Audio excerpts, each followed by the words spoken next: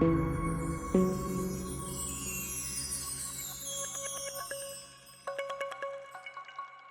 to the G3 Pulse podcast. My guest today is Tim Kennedy, VP of Sales Europe at SUZOHAPP.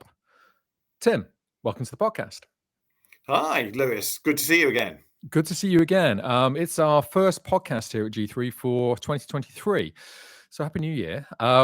And also, congratulations as well. I think you're celebrating 3 years at SUZOHAPP now. Is that right? Yeah, that's correct. Yeah, and it's flown by.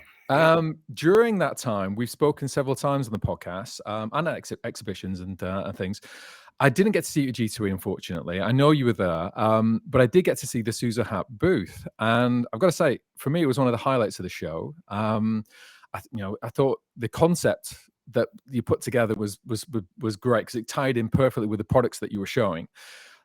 Are we going to get that concept in London, or a mix, or a kind of a hybrid of it? And I just wanted to kind of find out what can visitors to the iShow expect to see from SUZOHAPP, as we're now just kind of a couple of weeks away from the show. So we'll get some flavour of the sports betting ecosystem that we showed at G2E. Okay. We are definitely reaching out to sports betting operators with a solution that will work in Europe. So the full range of sports betting terminals. But of course, we don't want to forget our existing customer and future customer base in supplying components. Sure. We've also got a full range of solutions. So we've got cash redemption terminals from our partner, Countar, and we've got some unique products from another partner called Microhard, which we can discuss. So it's a mix of sports betting solutions and components. Okay. One of the products that I'm excited to see as well, I've only seen visuals of it, is the new SBT 2000. It's pretty spectacular. It's a seated sports betting terminal. Could you tell me more about it? About its kind of target audience, what venues it suits, the components that kind of make it up a little bit as well?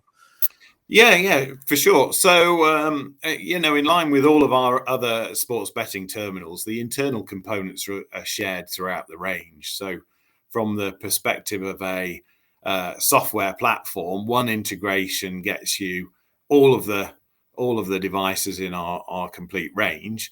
The product itself is aimed at a kind of entertaining stadium style seating environment where people would be seated, maybe watching the match on a big video wall. It's also ADA compliant. So we developed initially for the American market. So this is some legislation, which means it's fully inclusive. So it's fully compatible. You can get a wheelchair under it. It's got drinks holders, very relaxing environment. And really it's intended to meet the requirements for in-play betting. So that would be people coming along, spending a long time at the terminal, as opposed to a traditional floor standing terminal, which is very transactional, where you walk up, place a bet, and walk away again with a receipt. Okay, yeah. I'm saying it's kind of a funky, stylish design. It has a kind of a retro futuristic look. It has a kind of almost a Tron look to the way that the actual design is. It's very cool. Absolutely. Yeah, one of the products that we did see last year was the SBT 500, and that's a bar top and a cashless bar top terminal that you created. But at G2E, there was also the new, you had a plus version of that, and I believe that's coming to ICE as well. What's special about the plus version, Tim? Yeah, so we developed the cashless terminal really to meet, again, the demands for American sports betting, sports fans who've never bet before. So we see a big opportunity for operators to be able to, put these, like you say, on a bar top or on a tabletop, and allow people to walk up and place bets.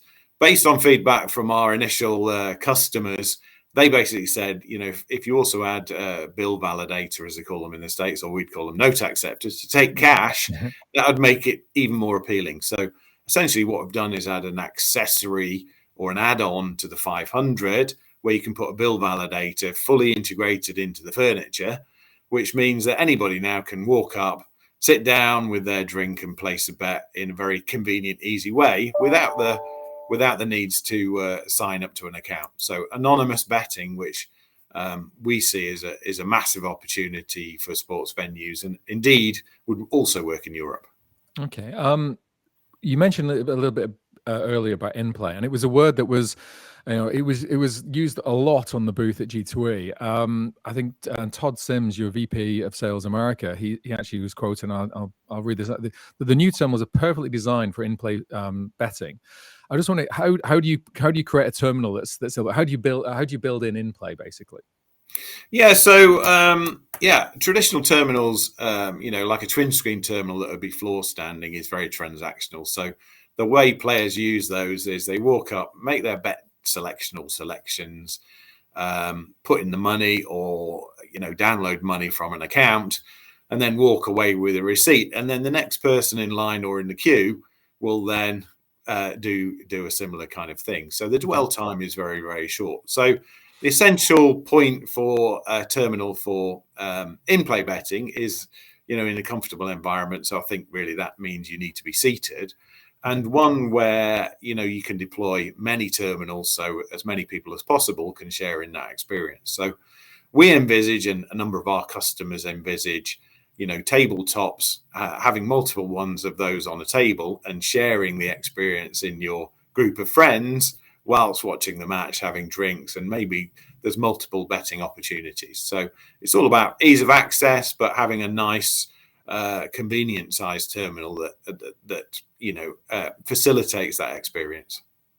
Okay, it wouldn't be SUZOHAPP at ICE if you didn't have a series of new components for OEMs. And I just wonder what's making their debut at ICE as well, Tim. Yeah, so we're very much heavily focused on some products around player recognition. So we feel that the law is changing right across Europe, or about to change in the next 2 or 3 years. Social responsibility and player recognition is very hot topic, and we've got a combined solution, which is a camera and some software that does the player recognition. Through facial recognition, but we've also got a multi-card reader, so multi-technology card reader, which allows OEMs and operators really to define a single device in anticipation of where the law will be going. And so far, different European countries are saying they're going to accept different forms of ID to confirm ID. Sometimes it's a health card, sometimes it's an ID card, sometimes it's a driving license. They all operate using different technologies. We've got a single device that recognizes all those, whether it's, taking a picture, RFID, or some other kind of barcode scanning. So a single device to do all of that. Okay, I look forward to having the demo at the show and giving that a spin. You've also got a series of, obviously, you represent a series of trusted partners. Thinking ELO, Custom, Microhard. What surprises do you have coming from these guys at the show? Yeah, so from Microhard, they're a partner of ours, long-standing partner, that we've developed some solutions, and we've got a couple of things from them. So we've got a contactless changer specifically for the UK market, which, in anticipation of the new white paper and any changes in the market, we see a requirement for bringing cashless to machines. Obviously, the law doesn't allow for that. So this is a way of bridging the gap in the short term of being able to have contactless payments and getting notes or coins that you can then play on machines, because obviously cash in people's pockets is quite a rare commodity these days, post-COVID. Microhard's also been working with us on a scratch card redemption machine. So this is really, again, post-COVID, retailers are now kind of de-staffing, and so the opportunities to sell scratch cards are pretty limited. So again, we've developed a machine for a project in the Nordics, which will allow for player recognition, so you can do an ID check and then you can self-serve various scratch tickets. So would appeal to lottery operators across Europe. Okay. And is there anything else from, I mentioned ELO and Custom, is there anything particularly happening from their side, or?